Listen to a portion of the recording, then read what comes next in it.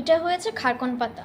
আজকে এটা দিয়ে আপনাদেরকে একটা নতুন একটা রেসিপি করে দেখাবো। আপনাদের এখানে এটাকে কি বলে অবশ্যই কমেন্ট করে জানান। পাতাগুলিকে সিদ্ধ করে নিয়ে নিয়েছি। এবার এটার সাথে পেঁয়াজ, রসুন আর অনেকগুলি মরিচ দিয়ে পেস্ট করে নেব। এটাও এক ধরনের কচু পাতা, এই জন্য এটাতে ঝালটা বেশি করে দিলে ভালো হয়। এবার এগুলিকে ভালো করে পেস্ট করে নেব। সব কিছু ভালো করে পেস্ট হয়ে গেছে। কড়াইতে দিয়ে দিলাম সরষের তেল। এবার পেঁয়াজ ফোড়নে দিয়ে দিচ্ছি। এবার এটার মধ্যে আন্দাজ মতন হলুদ আর লবণ দিয়ে পেস্টটা দিয়ে দিচ্ছি।